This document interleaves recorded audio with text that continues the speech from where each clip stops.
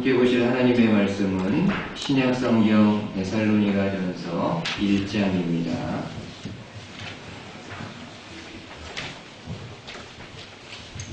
신약성경 329면에 있는 데살로니가전서 1장 1절에서 마지막 절까지 한 절씩 교도하도록 하겠습니다. 데살로니가전서 1장 1절에서 10절의 말씀, 제가 먼저 1절 공독하겠습니다. 바울과 실로아노와 디모데는 하나님 아버지와 주 예수 그리스도 안에 있는 데살로니가인의 교회에 편지하노니 은혜와 평강이 너희에게 있을지어다. 우리가 너희 모두로 말미암아 항상 하나님께 감사하며 기도할 때에 너희를 기억하며 너희의 믿음의 역사와 사랑의 수고와 우리 주 예수 그리스도에 대한 소망의 인내를 우리 하나님 아버지 앞에서 끊임없이 기억함이니 하나님의 사랑하심을 받은 형제들아 너희를 택하심을 안다. 이는 우리 복음이 너희에게 말로만 이른 것이 아니라 또한 능력과 성령과 큰 확신으로 된 것임이라. 우리가 너희 가운데서 너희를 위하여 어떤 사람이 된 것은 너희가 아는 바와 같으니라. 또 너희는 많은 환난 가운데서 성령의 기쁨으로 말씀을 받아 우리와 주를 공부하는 자가 되었으니 그러므로 너희가 마게도냐와 아가야에 있는 모든 믿는 자의 본이 되었느니라. 내 말씀이 너희에게로부터 마게도냐와 아가야에만 들릴 뿐 아니라 하나님을 향하는 너희 믿음의 소문이 각처에 퍼졌으므로 우리는 아무 말도 할 것이 없노라. 그들이 우리에 대하여 스스로 말하기를 우리가 어떻게 너희 가운데 들어갔는지와 너희가 어떻게 우상을 버리고 하나님께로 돌아와서 살아계시고 참되신 하나님을 섬기는지와 또 죽은 자들 가운데서 다시 살리신 그의 아들이 하늘로부터 강림하실 것을 너희가 어떻게 기다리는지를 말하니 이는 장래의 노하심에서 우리를 건지시는 예수시니라. 아멘. 오늘도 우리가 읽은 본문의 말씀을 가지고 하나님이 주신 일용한 양식의 말씀 함께 좀 나누도록 하겠습니다. 서양 속담에 이런 말이 있다고 합니다. 한번 들어보시죠. 수만 톤의 가시는 한 마리의 벌도 불러 모으지 못하지만 한 방울의 꿀은 수많은 벌들을 불러 모읍니다. 수만 톤의 가시는 한 마리의 벌도 불러 모으지 못하지만 한 방울의 꿀은 수많은 벌들을 불러 모읍니다. 여러분, 우리 사람들도 그런 것 같습니다. 사람들을 향해서 가시돋친 말을 많이 하는 사람은 그 주변에 사람이 별로 없습니다. 근데 반면에 다른 사람의 단점보다는 장점을 찾아서 칭찬해주는 사람에게는 적지 않은 사람들이 모이게 됩니다. 이처럼 칭찬이라는 것은 삶의 윤활유와 같아서 사람과 사람의 관계를 부드럽게 해주는 그런 역할을 하게 됩니다. 근데 물론 칭찬만 하는 것은 결코 좋은 일은 아닐 것입니다. 그러나 필요한 때 적절하게 하는 칭찬은 사람과의 관계 속에서 놀라운 효과를 거둘 수가 있습니다. 여러분, 지금 바울은 데살로니가 성도들에게 편지하면서 먼저 데살로니가 성도들의 귀한 모습들을 칭찬하고 있는데, 이러한 바울의 칭찬은 데살로니가 성도들의 마음을 더 활짝 여는 그런 계기가 되었을 것입니다. 여러분, 데살로니가 성도들에 대한 바울의 칭찬은 어떤 것이었습니까? 지난주에 우리가 말씀을 나눈 것처럼 데살로니가 성도들에게는 행동하는 믿음이 있고 또 사랑의 수고가 있고 인내하는 소망이 있는 그런 모습을 칭찬하게 됩니다. 그리고 데살로니가 성도들은 예수님의 복음을 받을 때 철학자들이 하는 말의 지혜로 받지 아니하고 능력과 성령과 큰 확신으로 받게 되는데 바울은 바로 이것을 칭찬을 하게 됩니다. 그리고 오늘 본문에서는 바울의 또 다른 칭찬이 있는데 함께 보면서 말씀이 주시는 영적인 교훈들 여러분들과 함께 좀 나누도록 하겠습니다. 먼저 7절에 보면은 데살로니가 성도들은 믿는 자의 본이 되었다라고 말씀을 해줍니다. 한번 7절 말씀을 보십시오. 그러므로 너희가 마게도냐와 아가야에 있는 모든 믿는 자의 본이 되었느니라. 여러분 지금 데살로니가 성도들의 신앙이 얼마나 귀한 신앙이었던지 그들의 신앙은 마게도냐뿐만 아니라 고린도가 있는 아가야 지역의 성도들에게도 본이 되었다라고 말씀을 합니다. 그리고 한 걸음 더 나아가 8절 중간에 보면은 마게도냐와 아가야뿐만 아니라 너희 믿음의 소문이 각처에 퍼졌다라고 말씀을 합니다. 그러니까 이 같은 말씀을 볼 때 당시 데살로니가 성도들의 믿음이 얼마나 귀한 믿음이었는지를 우리가 충분히 짐작할 수 있습니다. 여러분 누군가에게 본이 되는 사람이 되기 위해서는 먼저는 그 사람이 누군가를 본받는 사람이 되어야 합니다. 그 미국 복음주의 계열에서 가장 존경받는 목사님으로 세들백 교회의 리 워렌 목사님이 있습니다. 이 리 워렌 목사님은 많은 목회자들에게 본이 되는 목사님인데 최근에 이런 이야기를 하시게 됩니다.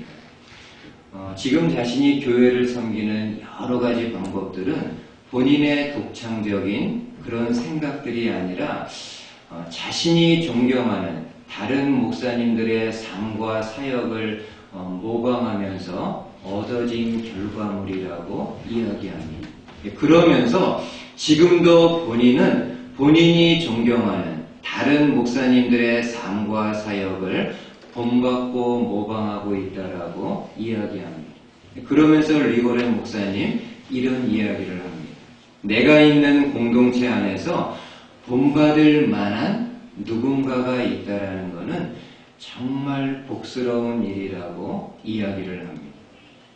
여러분 이처럼 누군가에게 본이 되는 사람이 되기 위해서는 먼저 내가 겸손하게 누군가를 본받는 사람이 되어야 하는데 데살로니가 성도들은요 바로 그런 사람들이었습니다.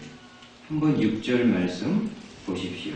6절에 이렇게 기록하기를 또 너희는 많은 환난 가운데서 성령의 기쁨으로 말씀을 받아 우리와 주를 본받은 자가 되었으니 또 너희는 많은 환난 가운데서 성령의 기쁨으로 말씀을 받아 우리와 주를 본받은 자가 되었다라고 말씀합니다. 여러분 지금 바울은 데살로니가 성도들이 누구를 본받은 자가 되었다고 말씀하나요? 우리와 주를 본받은 자가 되었다. 여러분 성도들이 신앙생활하면서 우리 주님을 본받는 것은 당연히 해야 되는 일이고 마땅히 해야 될 일입니다. 근데 지금 데살로니가 성도들은 우리 주님을 본받을 뿐만이 아니라 우리를 본받았다라고 이야기하는데 여기 말하는 우리는 바울을 비롯한 실라와 디모데를 이야기합니다. 그 당시에 데살로니가 성도들은 주님과 말씀의 사역자들을 본받는 그러한 삶을 살았던 사람이라는 것을 알 수가 있습니다. 여러분 리고렌 목사님의 이야기처럼 내가 있는 공동체 안에서 본받을 만한 누군가가 있다는 것은 정말 감사한 일이고 정말 복된 일이라고 생각을 합니다. 가정에 자녀들이 있는데 이 자녀들이 본받을 만한 부모가 있다는 것.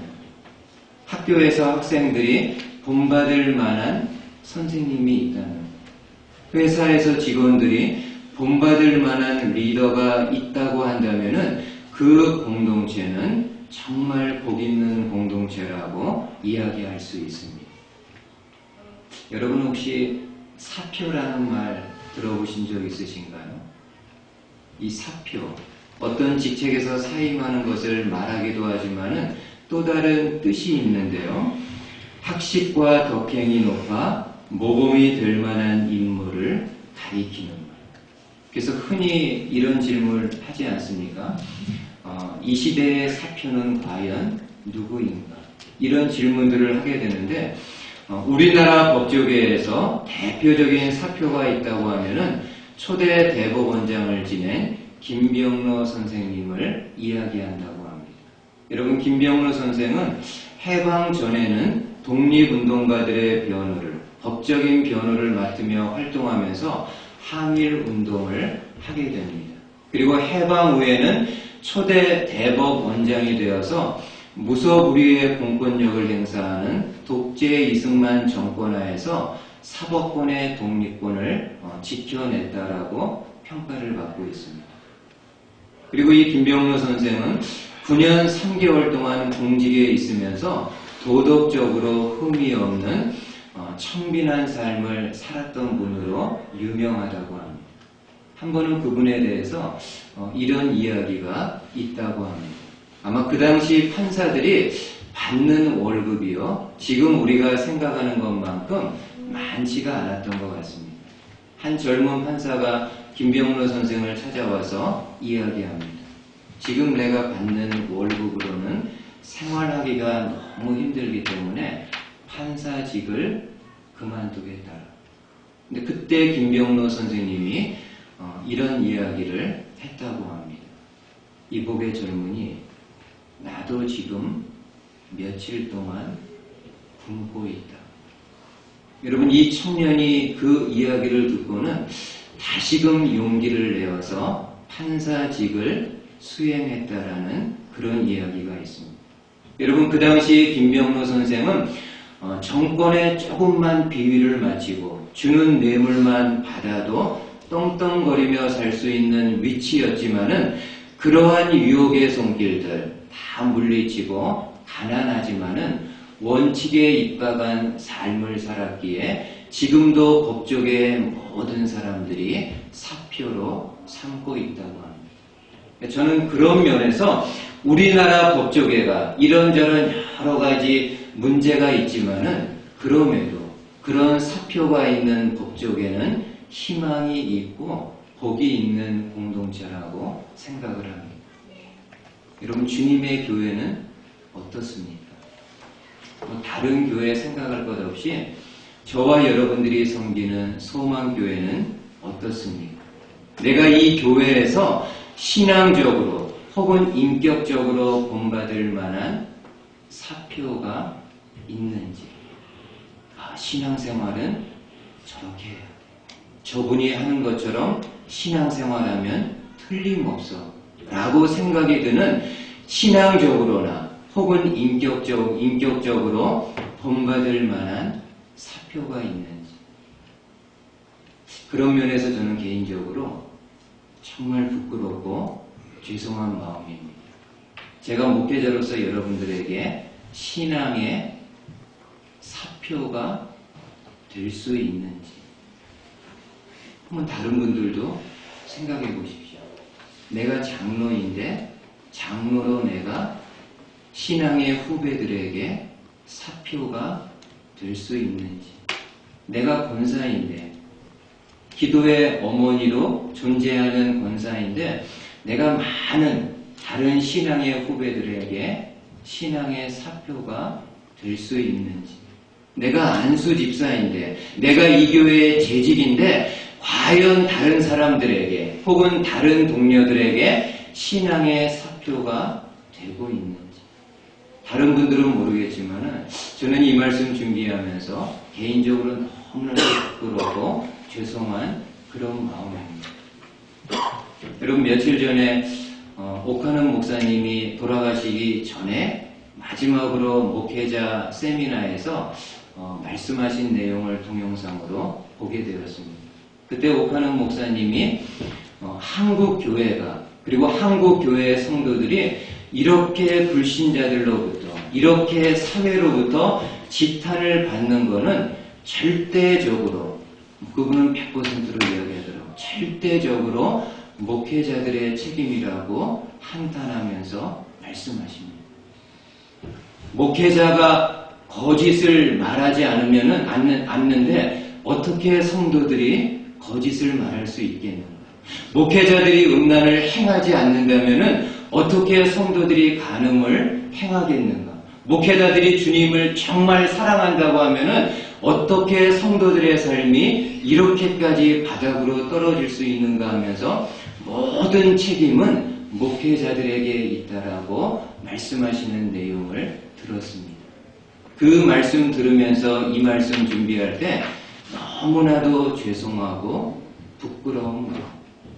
제가 주님의 몸된 교회를 4년 이상 이렇게 섬기고 있는데 그 4년 이상의 기간 동안에 과연 내가 작은 부분에라도 성도님들에게 신앙의 사표가 된 적이 있는지 오늘 한번 다른 분들도 생각해 보시면서 내가 오랫동안 이렇게 신앙생활하고 있는데 과연 믿음의 후배들에게 신앙의 사표가 되고 있는지를 정직하게 돌아볼 수 있는 그런 성도님들 되실 수 있기를 주님의 말씀으로 축복을 드리겠습니다.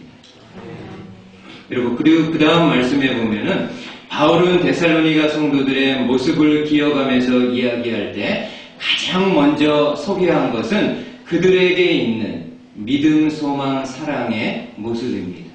근데 어떤 믿음, 어떤 소망, 어떤 사랑인가요? 지난주에 우리가 말씀을 나눈 것처럼 데살로니가 성도들이 가지고 있는 믿음은 행동하는 믿음이고 사랑의 수고가 있고 인내하는 소망이 있는 그러한 모습입니다. 근데 오늘 본문 9절과 10절에서는 그 데살로니가 성도들의 믿음, 소망, 사랑에 대해서 좀 더 부연적으로 말씀을 해주십니다. 한번 보시죠. 9절 말씀입니다. 그들이 우리에 대하여 스스로 말하기를 우리가 어떻게 너희 가운데로 들어갔는지와 너희가 어떻게 우상을 버리고 하나님께로 돌아와서 살아계시고 참되신 하나님을 섬기는지와 또 죽은 자들 가운데서 다시 살리신 그의 아들이 하늘로부터 강림하실 것을 너희가 어떻게 기다리는지를 말하니 이는 장래의 노하심에서 우리를 건지시는 예수니라. 여러분, 지금 바울이 소개하는 데살로니가 성도들의 믿음은 어떤 것입니까? 9절 중간에 보면은 너희가 우상을 버리고 하나님께로 돌아왔다는 말씀이 있는데 바로 데살로니가 성도들의 믿음은 그들이 이전에 섬겼던 우상을 버리고 하나님께로 돌아온 믿음의 결단과 행동을 이야기합니다. 그리고 데살로니가 성도들의 사랑은 무엇인가요? 9절 하반절에 보면은 살아계시고 참되신 하나님을 섬기는 것이라고 말씀합니다. 이전에 데살로니가 성도들 어떤 사람들입니까?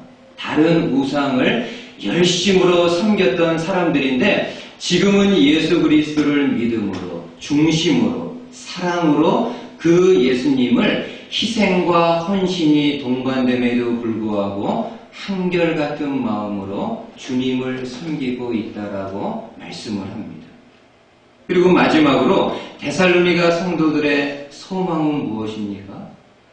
돈을 많이 버는 거, 큰 집에서 사는 거, 많은 하인들 거느리는 거, 그렇지 않습니다. 그 당시 데살로니가 성도들이 가지고 있었던 소망은 하나님의 아들 되시는 예수님이 다시금 하늘로부터 강림하실 것, 재림하실 것을 고대하는 마음을 가지고 기다리고 있다라고 말씀을 합니다. 여러분, 데살로니가 성도들이 이전에 섬겼던 우상을 버리고 하나님께로 돌아와서 그 하나님을 예배하면서 섬기는 것은 말처럼 그렇게 쉬운 결단은 아니었을 것입니다. 그들에게는 많은 희생이 요구되는 결단이었을 텐데 일단 그들은 가족과 사회로부터요 이루 말할 수 없는 소외를 받게 됩니다. 여러분 그 당시 개종한 데살로니가 성도들은 가장 먼저는 가족들로부터요 배척을 당합니다. 함께 우상을 섬겼던 가족들인데 어느 누가 그 길에서 이탈을 하게 되면은 그 가족들로부터요 완전한 배척을 당하게 됩니다. 사회적으로는 어떻습니까? 경제적으로 말할 수 없는 불이익을 당하게 됩니다. 여러분 그 당시 경제 활동은요 주로 신전을 중심으로 해서 이루어지는 경제 활동이었기 때문에 그 신전에 가서 제사 드리지 않는 사람은 그만큼 일자리를 잃어버릴 수밖에 없는 그런 상황입니다. 그러니까 경제적으로도 불이익을 감수할 수밖에 없습니다. 그리고 심하면은 생명의 위협을 받아가지고 죽을 수밖에 없는 상황에도 직면할 수가 있는데 이러한 상황들은요 오늘날에도 있는 일들입니다. 우리가 살고 있는 미국 땅은 아니지만 한국 땅은 아니지만은 다른 지역에서 생활하는 사람들은 생명의 위협과 생명을 잃어버리면서 개종을 감당하는 사람들이 있습니다.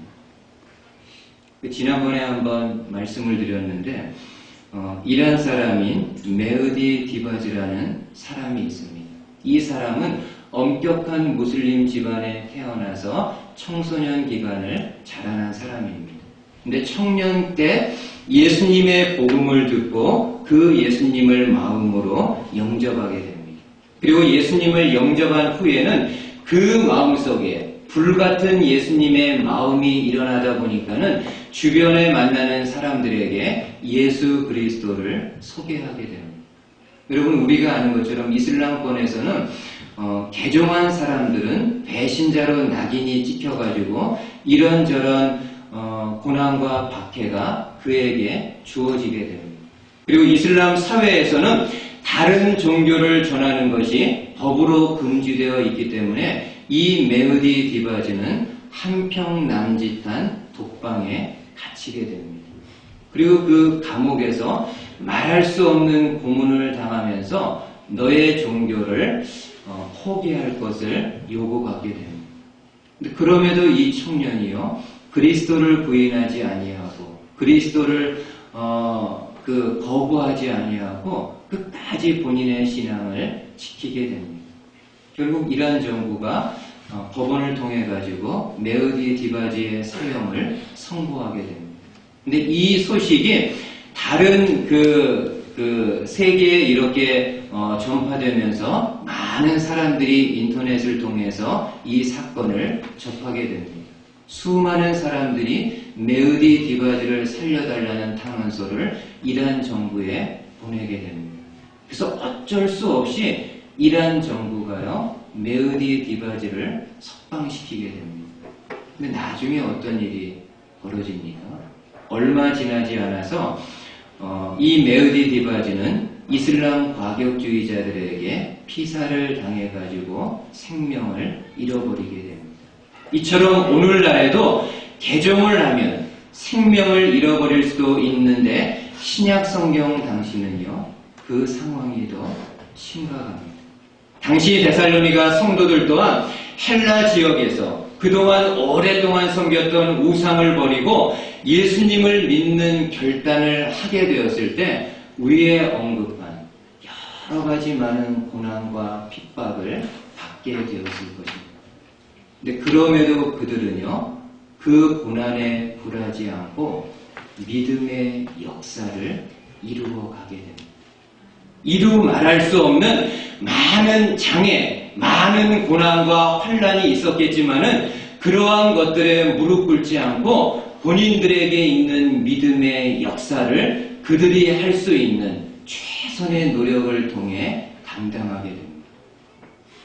여러분, 저와 여러분들이 신앙생활할 때 그냥 하기보다는요, 결단하는 것이 필요하고 결단하는 것이 중요합니다. 그냥 하는 게 아니고요, 결단하는 것이 중요합니다. 여러분, 우리 예수님이 공생애를 시작하셨을 때 시간이 지나면서 많은 사람들이 예수님 주변에 몰려들게 됩니다. 정말 예수님이 가는 곳마다 인산인해를 이루게 됩니다. 근데 한 서기관이 그 모습이 참 좋게 보였든지, 실제로 좋죠. 예수님이 가는 곳마다 많은 사람들이 모이고 많은 사람들이 그 예수님을 따르게 되니까는 다른 사람들이 볼 때 얼마나 예수님이 힘이 있어 보이고 또 능력이 있어 보입니다. 그리고 그 예수님 줄에 잘 서기만 하면은 정말 세상에서 무엇인가를 얻을 수 있을 것 같은 그런 마음을 가질 수도 있을 것입니다. 아마 서기관이 그런 마음을 갖지 않았는지. 그리고 그래서 한 번은 이 서기관이 예수님에게 와서 이런 그 이야기를 하게 됩니다. 선생님이 어디로 가시든지 나는 당신을 따르겠습니다. 근데 그때 주님이요, 서기관에게 이렇게 말씀하십니다. 한번 들어보십시오. 마태복음 8장에 예수께서 이르시되 여우도 굴이 있고 공중의 새도 거처가 있으되 인자는 머리 둘 곳이 없다 하시더라. 예수께서 이르시되 여우도 굴이 있고 공중의 새도 거처가 있으되 인자는 머리 둘 곳이 없다 하시더라. 여러분, 인자는 머리 둘 곳이 없다라는 말씀은 그 당시 예수님 자신의 삶이 얼마나 가난하고 고단한 삶이라는 것을 말씀하는 것인데, 그럼에도 나를 따르겠느냐. 내가 생각하는 것처럼 나를 따라오게 되면 세상에 부귀 영화가 있는 것이 아니라 잠자리 잘 곳 하나 없는 지극히 가난한 삶이고 고단한 삶인데, 그럼에도 나를 따라오겠느냐라는 그런 말씀입니다. 그러면서 예수님의 의미는 나를 따라오기 위해서는 결단이 필요하다. 이런 희생, 이런 어려움을 감당할 수 있는 그러한 결단이 필요함을 말씀하시게 됩니다. 여러분, 우리 주님은 사람들에게 아무든지 나를 따라오려거든 자기 십자가를 지고 나를 따라와야 된다라고 말씀을 하십니다. 나를 따라오려면은 자기 십자가를 져야 된다라는 것은 예수님을 믿음으로 인해 저마다에게 주어지는 십자가가 있는데 그 십자가를 지고 나를 따를 용의가 있느냐라는 겁니다. 정말 나를 따르기 위해서는 그러한 자기 십자가를 충분히 질 수 있는 결단이 필요함을 이야기합니다. 오늘 저와 여러분들 이렇게 주님 앞에 나와서 예배하고 또 주님을 따른다라고 말로 이렇게 고백하고 있는데, 정말 마음으로는 결단을 하신 적이 있는지. 여러분, 우리가 결단할 때 무슨 거창한 결단만 필요한 것은 결코 아닙니다. 오히려 기본적이고요, 작은 일에서부터의 결단이 필요합니다. 어떤 게 있을까요? 여러분, 신앙의 가장 기본적인 결단 어떤 게 있을까요? 하나님 앞에 나와서 예배하는 겁니다. 그럼 성도님들 마음 가운데 또 목사님 예배하는 거냐고. 예. 여러분, 성도에게 있어서 가장 중요하고 가장 기본이 되는 것은 예배하는 겁니다. 그럼에도 이러한 기본적인 내용들을 감당하지 않으면서 내가 주를 따르겠다라고 이야기하는 거는요, 정직하게 이야기하면은 하나님 앞에서 거짓말하는 겁니다. 올 한 해가 지금 다 가고 이제 2015년 새해를 우리가 바라보고 있는데, 여러분들 내년에는요 좀 하나님 앞에서 이런 결단을 좀 하셨으면 좋겠습니다. 내가 2015년 1년 동안에 천재지변이 아닌 이상은 주일에 하나님 앞에 나와서 예배하는 거 결단한다. 다른 거는 지키지 못한다 할지라도 하나님 앞에 나와서 예배하는 것만큼은 절대로 포기하지 아니하고 내가 반드시 그 예배의 자리를 지킨다. 이런 결단. 그리고 11조를 비롯한 하나님 앞에 헌금하는 생활을 정말 정직하게 하나님 앞에서 행한다. 여러분, 이런 기본적이고 작은 일에서부터 결단하게 될 때 하나님이 맡겨주시는 좀 더 커다란 일들을 저와 여러분들이 감당할 수 있습니다. 바라기는 저와 여러분들이 신앙생활할 때 그냥 아무 생각 없이 그냥 입술로만 신앙생활하는 것이 아니라 먼저는 이 마음으로 결단하고 또 데살로니가 성도들처럼 결단한 대로 믿음의 역사, 믿음의 행동을 통해서 그 결단한 내용들을 삶으로 드러낼 수 있는 저와 여러분들 되실 수 있기를 주님의 말씀으로 축복을 드리겠습니다. 아멘. 함께 기도하겠습니다. 하나님 아버지 감사합니다. 오늘도 기록된 말씀을 통해서 특별히 데살로니가 성도들의 모습을 통해서 우리의 부끄러운 모습 바라보게 하시니 감사를 드립니다.